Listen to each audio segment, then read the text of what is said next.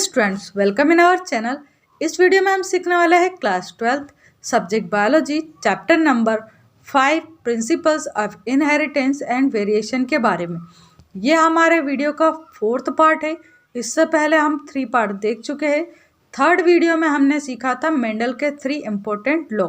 अब इस पार्ट में हम फर्स्ट क्वेश्चन देखने वाले हैं कि जो हेरिडिटरी वेरिएशंस आते हैं उनके क्या कारण हैं, यानी कि जो भी एनिमल्स है या फिर ह्यूमन बीइंग है, इनके अंदर जो भी हेरिडिटरी वेरिएशंस आते हैं उसके क्या क्या रीजंस है वो देखना है हमें।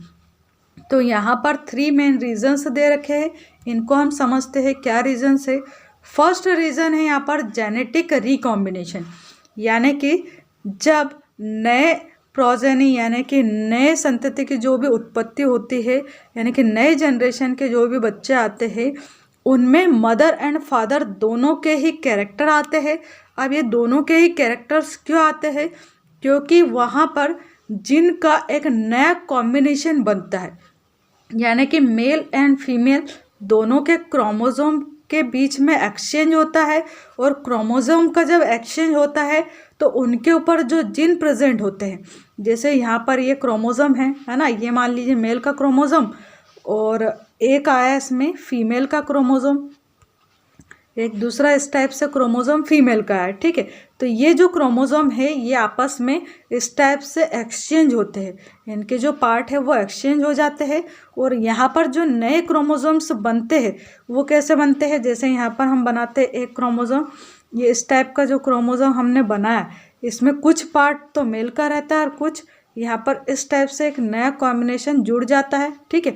ऐसे ही यहाँ पर एक कॉम्बिनेशन हम बनाते हैं, मान लीजिए ये हमने यहाँ पर क्रोमोसोम बनाया, ठीक है। तो इसमें थोड़ा सा जो पार्ट है वो मेल क्रोमोसोम का ऐसा आके जुड़ जाता है, ठीक है, नीचे भी और ऊपर भी इस टाइप से। अब यहाँ पर देखिए थोड़ा थोड़ा पार्ट यहाँ से ये एक्सचेंज हो गया, यहाँ से ये एक्सचेंज हो गया। तो इस टाइप से जब क्रोमोसोम के पार्ट एक्सचेंज होते हैं तो यहाँ पर जो जीन प्रेजेंट होते हैं ना, इनके ऊपर यहाँ पर ऐसे दाने की स्ट्रक्चर के फॉर्म में इस टाइप से जीन्स प्रेजेंट होते हैं क्रोमोसोम पर, और ये जो जीन है ना यही रिस्पॉन्सिबल होते हैं जेनेटिक चेंजेस के लिए या फिर जेनेटिक हेरिडिटी के लिए, यानी कि हमारे अंदर हमारे पेरेंट्स के जो कैरेक्टर आते हैं वो इस टाइप के छोटे छोटे जो जीन्स प्रेजेंट रहते हैं ना क्रोमोसोम पर, उन्हीं के कारण आते हैं। तो ये जब जीन आपस में एक्सचेंज होते हैं तो एक नया कॉम्बिनेशन बनता है, और ये नए कॉम्बिनेशन के कारण ही जो बच्चा है उसमें दोनों के कैरेक्टर्स आते हैं, ठीक है। अब ये जो जेनेटिक एक्सचेंज है ये कब होता है?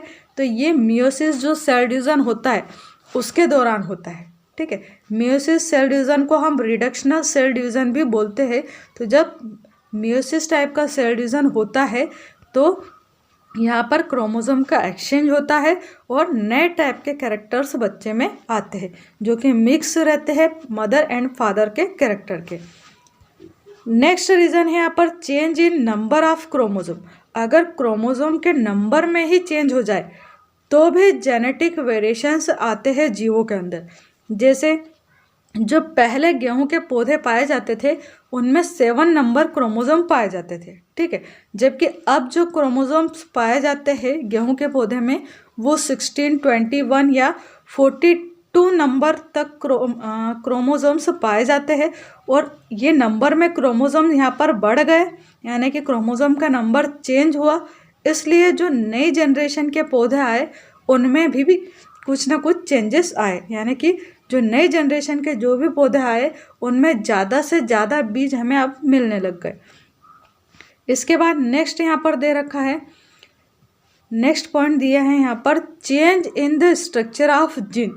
अगर जीन की स्ट्रक्चर में ही चेंज हो जाए तब भी यहाँ पर हमें वेरिएशन देखने को मिलते हैं। जैसे एक डिसीज़ होती है एल्बिनो, ये जो एल्बिनो डिसीज़ होती है इसमें क्या होता है, जो स्किन का कलर होता है ना वो एकदम वाइट कलर रहता है, यानी कि जो हमारी स्किन के कलर के लिए एक पिगमेंट रिस्पॉन्सिबल होता है जिसको हम बोलते हैं मिलेनिन पिगमेंट। तो ये एल्बिनो की जो डिसीज़ होती है इसमें क्या होता है, जो पिगमेंट होता है मिलेनिन का वो बनता ही नहीं, और जो नई जनरेशन का जो भी बच्चा आता है वो पूरा वाइट कलर का आता है, जैसे अमेरिका के लोग रहते हैं उस टाइप से। तो ये कारण है यहाँ पर जेनेटिक वेरिएशंस के। नेक्स्ट क्वेश्चन देखते हैं इसके बाद। अब हम क्वेश्चन है यहाँ पर, why are the women normally carrier of sex link disease, right with examples. क्या पूछा है यहाँ पर कि जो वुमेन होती है ना वो नॉर्मली जो सेक्स लिंक डिसीज होती है उनकी कैरियर होती है, जबकि मेल में ये डिसीज देखने को मिलती है। इसका क्या कारण है? और करके क्वेश्चन पूछा है कि men are generally suffering from colour blindness but women are only carrier of this disease, explain the reasons. क्या कहा है कि जो मेल है उसमें कलर ब्लाइंडनेस हमें देखने को मिलती है, यानी कि जो मेल है वो कलर ब्लाइंडनेस डिसीज से सफ़र करता है, जबकि वुमेन में ये डिसीज कैरियर के फॉर्म में रहती है। ऐसा क्यों है? तो इसका क्या कारण है, जो मेल रहता है ना इसमें XY क्रोमोसोम पाए जाते हैं और जो फीमेल है इसमें XX क्रोमोसोम पाए जाते हैं। ठीक है, अब ये जो कलर ब्लाइंडनेस या फिर हीमोफीलिया के जो जीन रहते हैं वो केवल X क्रोमोसोम पर ही रहते। अगर मान लीजिए कि ये जो X क्रोमोसोम है ये फीमेल के X क्रोमोसोम पर एक जीन प्रेजेंट है, ये कलर ब्लाइंडनेस का जीन है। ठीक है, जो C लिखा है मैंने ये कलर ब्लाइंडनेस का यहाँ पर जीन है और ये केवल फीमेल के क्रोमोसोम एक X क्रोमोसोम पर प्रेजेंट है। तो यहाँ पर जो फीमेल है ना ये कैरियर रहेगी, इसमें ये डिसीज एक्सप्रेस नहीं होगी। अब ऐसा क्यों है? क्योंकि यहाँ पर जो फीमेल है ना इसके पास 2 X है। अब ये एक X पर तो यहाँ पर C है बट दूसरे X पर यहाँ पर C नहीं है। तो इसके कारण क्या होता है कि जो क्रोमोसोम है ये वाला जो नॉर्मल क्रोमोसोम है जिसके ऊपर यहाँ पर C नहीं है, ये क्रोमोसोम यहाँ पर जिसके ऊपर C है उस क्रोमोसोम पर डोमिनेंट है। यानी कि जो नॉर्मल वाला ये X क्रोमोसोम है और ये XC वाला क्रोमोसोम है, इसमें जो ये वाला X क्रोमोसोम है इसका इफेक्ट इस XC पर ज़्यादा है और इसके कारण जो फीमेल है वो नॉर्मल विजन वाली रहती है। जबकि मेल में अगर देखा जाए तो मेल में एक X होता है और एक Y होता है। अगर मेल के X क्रोमोसोम पर C आ गया यानी कि कलर ब्लाइंडनेस का जीन आ गया तो यहाँ पर कोई भी डोमिनेंस वाला दूसरा X क्रोमोसोम नहीं है, इसलिए मेल में ये डिसीज एक्सप्रेस होती है और फीमेल में नहीं होती है। ठीक है, तो यही कारण है अगर फीमेल में दोनों क्रोमोसोम जो XX क्रोमोसोम है दोनों पर अगर C यानी कि कलर ब्लाइंडनेस के जीन अगर प्रेजेंट है यहाँ पर, तभी जाके यहाँ पर जो फीमेल है वो कलर ब्लाइंड वाली आएगी। अदरवाइज यहाँ पर फीमेल में अगर एक क्रोमोसोम के ऊपर C प्रेजेंट है दूसरे के ऊपर C प्रेजेंट नहीं है यानी कि कलर ब्लाइंड का जीन प्रेजेंट नहीं है, तो ऐसी कंडीशन में जो फीमेल है वो नॉर्मल विजन वाली होगी। कैसी होगी? नॉर्मल विजन वाली होगी, यानी कि उसमें कलर ब्लाइंडनेस की डिसीज नहीं होगी। ठीक है, तो ये कारण है यहाँ पर कलर ब्लाइंडनेस का कि फीमेल के अंदर 2 X होते हैं और मेल के अंदर एक ही X होता है और एक Y होता है। अगर X क्रोमोसोम पर C आ गया यानी कि कलर ब्लाइंड का जीन आ गया अगर मेल के अंदर, तो ये जो मेल है वो फिर कलर ब्लाइंडनेस डिसीज को सफ़र करेगा, यानी कि इसमें कलर ब्लाइंडनेस की जो डिसीज़ है वो होगी। और फीमेल में जब दोनों ही क्रोमोसोम पर C प्रेजेंट है यानी कि कलर ब्लाइंड के जीन प्रेजेंट हो गए तभी जाके वो कलर ब्लाइंडनेस इनके अंदर होगा, नहीं तो अगर एक ही X पर अगर C प्रेजेंट है यानी कि कलर ब्लाइंड का जीन प्रेजेंट है तब ये केवल कैरियर होगी। ठीक है, क्या होगी? कैरियर होगी, मतलब ये जो क्रोमोसोम है वो नेक्स्ट जनरेशन में ये ट्रांसफ़र करेगी, बट यहाँ पर कलर ब्लाइंडनेस की जो डिसीज़ है वो शो नहीं होगी। ठीक, तो ये कारण है यहाँ पर। नेक्स्ट क्वेश्चन दिया है यहाँ पर, when a colour blind man is married with a normal women. कैसा मैन है? तो कलर ब्लाइंड वाला मैन है, मतलब उसमें कलर ब्लाइंड की डिसीज़ है ना।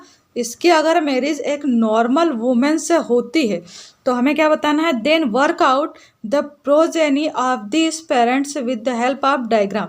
तो यहाँ पर हमें बताना है कि इनमें जो प्रोजेनी आएगी यानी कि इनके जो बच्चे आएंगे वो किस टाइप के आएंगे। तो यहाँ पर देखिए जो वुमेन है उसके लिए हमने XX क्रोमोसोम लिखे और दोनों कैसे हैं? नॉर्मल है। दोनों क्रोमोसोम पर कोई C यहाँ पर रिप्रेजेंट नहीं किया, यानी कि जो फीमेल है उसमें कोई भी यहाँ पर कलर ब्लाइंड का जीन प्रेजेंट नहीं है। जबकि जो मेल है यहाँ पर उसका जो एक्स क्रोमोसोम है इसके ऊपर यहाँ पर सी प्रेजेंट है, इसलिए केवल यहाँ पर इसको सी से ही रिप्रेजेंट कर दिया इनने। और जो वाई क्रोमोसोम है ना उसको एक छोटे से चेक्स के थ्रू यहाँ पर रिप्रेजेंट किया है। अब ये छोटा सा इस टाइप से जो चेक्स ब्लैंक बना है इसको आपको समझना है कि ये क्या है, यहाँ पर वाई क्रोमोसोम है, ठीक है। अब इनके बीच में जब क्रॉस करवाया जा रहा है तो क्या होता है, देखिए पहले तो हमें यहाँ पर इनके गैमेट्स बना लेना है।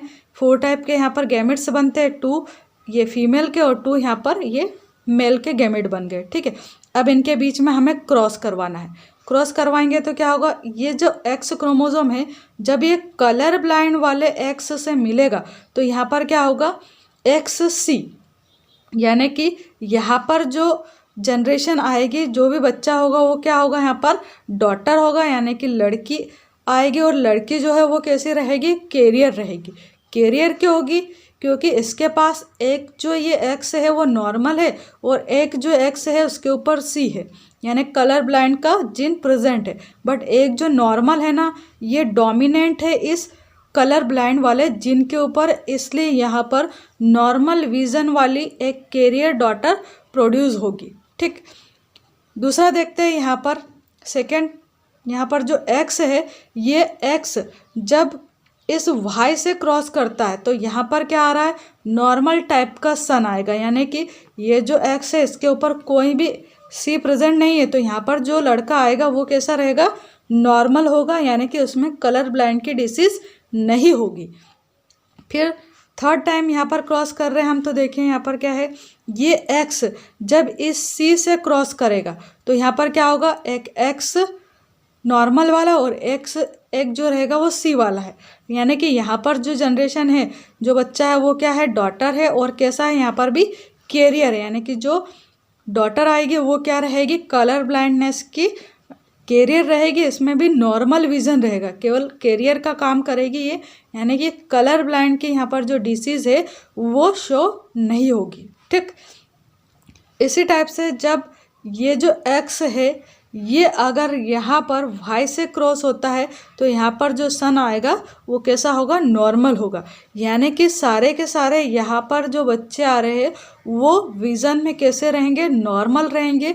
जो डॉटर है ना ये क्या करेंगे, केवल कैरियर का काम करेंगी, बट यहाँ पर कोई भी बच्चा जो है वो कलर ब्लाइंडनेस डिसीज़ को सफ़र नहीं करेगा, ठीक है। जो डॉटर है केवल वो कैरियर का काम करेगी, ठीक। तो ये था यहाँ पर हमारा क्रॉस। नेक्स्ट क्वेश्चन है यहाँ पर हमारा, what is down syndrome. Down syndrome क्या है, तो डाउन सिंड्रोम एक टाइप की जेनेटिक डिसीज़ है और इसके बारे में सबसे पहले डाउन नाम के साइंटिस्ट ने बताया था 1866 में, इसलिए उन्हीं के नाम पर इस डिसीज़ को कहा गया है डाउन सिंड्रोम। इसके अलावा इसको मंगोलियन इडियोसी भी कहा जाता है। अब इस डिसीज़ में क्या होता है समझते हैं। हमें पता है कि हमारी बॉडी में जो नंबर ऑफ क्रोमोसोम है वो कितने हैं, 22 तो नॉर्मल क्रोमोसोम होते हैं और 1 पेयर जो है वो या तो एक्स क्रोमोसोम होते हैं या फिर एक्स वाई क्रोमोसोम होते हैं। मेल होता है तो एक्स वाई होता है और अगर फीमेल है तो यहाँ पर एक्स क्रोमोसोम होते हैं, ठीक है। तो ये हमारी बॉडी में नंबर ऑफ क्रोमोसोम हो गए, ठीक। अब ये जो डिसीज़ होती है ना डाउन सिंड्रोम, इसमें क्या होता है कि ये जो नॉर्मल है हमारे पास 22 पेयर के क्रोमोसोम होते हैं, इसमें जो 21वें नंबर का पेयर होता है यानी कि 21 नंबर का जो पेयर है इसमें एक्चुअल में 2 क्रोमोसोम्स होने चाहिए। कितने होने चाहिए, यहाँ पर हमारे पास 2 क्रोमोसोम होने चाहिए, बट 2 के बजाय यहाँ पर 1 क्रोमोसोम आके एक्स्ट्रा जुड़ जाता है और टोटल कितने क्रोमोसोम हो जाते हैं, 21 नंबर पर यहाँ पर टोटल नंबर ऑफ क्रोमोसोम हो जाते हैं 3। कितने हो गए ये 3। अब ये 3 क्रोमोसोम हो गए ना, यानी कि यहाँ पर 1 क्रोमोसोम इंक्रीज हो गया। इसके कारण बॉडी के जो टोटल कैरेक्टर्स है वो सारे कैरेक्टर्स, मैक्सिमम जो कैरेक्टर्स है वो चेंज हो जाते हैं, ठीक है। और इसी को कहा गया है यहाँ पर डाउन सिंड्रोम। जो बच्चा है वो थोड़ा सा मंगोलियन टाइप दिखाई देता है, उसके जो बॉडी के कैरेक्टर्स है वो चेंज हो जाते हैं। कौन कौन से कैरेक्टर्स चेंज होते हैं यहाँ पर दे रखे हैं, जैसे कि जो उसका फोरहेड है, बच्चे का जो फोरहेड है वो ब्रॉड हो जाता है। जो हैंड है वो फ्लैट हो जाते हैं, ना कि हाथ जो वो चपटे और मांसल हो जाते हैं, थोड़े मोटे मोटे हो जाते हैं। जो नेक है वो शॉर्ट हो जाता है। जो लिप्स है इसके वो प्रोजेक्टाइल हो जाते हैं और स्टबी फिंगर हो जाती है, यानी कि जो फिंगर है वो काफ़ी स्टबी हो जाती है, मोटी मोटी सी हो जाती है। साथ ही लॉन्ग इसमें एक्सटेंडिंग टंग हो जाती है, जो टंग है वो एक्सटेंडिंग हो जाती है और लॉन्ग हो जाती है। तो इस टाइप से इनमें कैरेक्टर्स चेंज होते हैं यहाँ पर। और साथ ही जो बच्चा है वो कैसा रहता है, मेंटली फीबल रहता है, यानी कि दिमाग से काफ़ी कमज़ोर रहता है। और उसकी जो मेंटल एज है वो केवल 6 to 7 ईयर्स तक ही रहती है, यानी कि मानसिक रूप से वो थोड़ा बहुत जो काम कर पाता है वो 6 to 7 ईयर तक कर पाता है। और उसके बाद पूरी तरह से उसका जो दिमाग है, माइंड है, वो डिस्टर्ब हो जाता है। तो ये जो डिसीज़ है ये किसके कारण हुई, 21 नंबर का जो क्रोमोसोम है उस पर 2 के स्थान पर वहाँ पर 3 क्रोमोसोम्स आ जाते हैं। इसके कारण ये डिसीज़ होती है। और इस डिसीज़ को हम क्रोमोसोम में, क्योंकि 1 नंबर बढ़ रहा है इसलिए इसको ट्राइसोमी भी कहा गया है। तो ये डिसीज़ होती है, इसी को कहा गया है मंगोलियन इडियोसी या फिर डाउन सिंड्रोम। ठीक है।